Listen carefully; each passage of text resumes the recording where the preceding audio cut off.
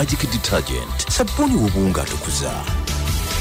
Mu mawulire g'essaawa eno Ssaabasajja Kabaka wa Buganda Sseggwanga Kyukyulo Ronald Frederick Kimera mwenda Mutobi II olwaleero awezezza emyaka 66 egy'obuto era entujjo y'okujjaguza amazaalibwa ge gano egenda kuyindira wali e Bulange Mengo. Ssentebe w'akakiiko akateekateeka emikolo gy'amazaalibwa g'Omutanda Oweekitiibwa Prosperous Nankindu Kavuma agambye nti omukolo guno gugenda kuyindira Bulange Mengo mu lubiri wabula babagenya abayite bokka be basuubirwa okubeera ku mukolo guno olw'okwetangira okusaasaana kw'obulwadde bwa COVID-19 kwe kuwanjagira abaddu n'abazaana b'Omutanda n'abaagaliza ebirungi n'abaagaliza Omutanda obulamu okusigala eka emikolo gino bagigoberere ku mikutu gy'amawulire. Police Enatete eri mu kuwenja n'okunoonyereza ku kabinja kagavubuka agazigu agagambibwa okuba nti gateega mu motoka mu traffic jam n'ebibbomu ebya petroli ebijingirire n'ekigendererwa eky'okwonoona motoka.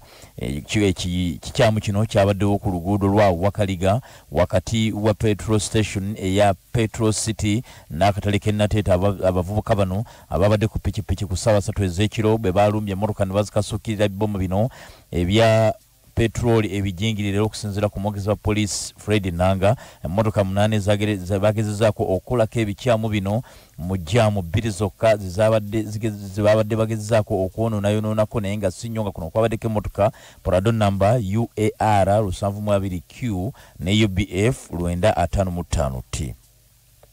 Bo abali mu mulimo ogw'okulongoosa ebyennyanja n'okubitwala mu mawanga g'ebweru basabye Paalamenti okusaba gavumenti ekendeeze ku musolo gwe yatadde ku nnuuni nti guno gugenda kulemesa emirimu gino okutambula.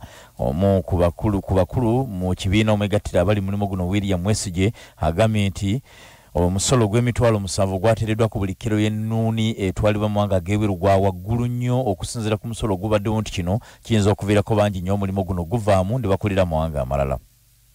Ministry ey'ensonga ez'omunda mu ggwanga egambye nti etubidde ne passport eziwerera ddala 1,500 bannyinizo nga tebazikima. Okusinziira ku Jacob Siminyu omwogezi wa ministry eno, passport zino za bannayuganda era asabye abo bonna abakwatibwako ensonga okugenda baggyeyo passport zaabwe nga baali basabadde kyokka zaggwa okukolebwako kyokka bano mpaawo n'omu azinonayo. Ye omubaka w'ekibuga ekyebugire mu Parliament Asumani Basalirwa ayagala gavumenti etandike ku nteekateeka ey'okuyambako bannabyamizannyo ab'omudde emizannyo abakyala n'abaami okulaba nti bafuuka abatendesi ab'omutindo.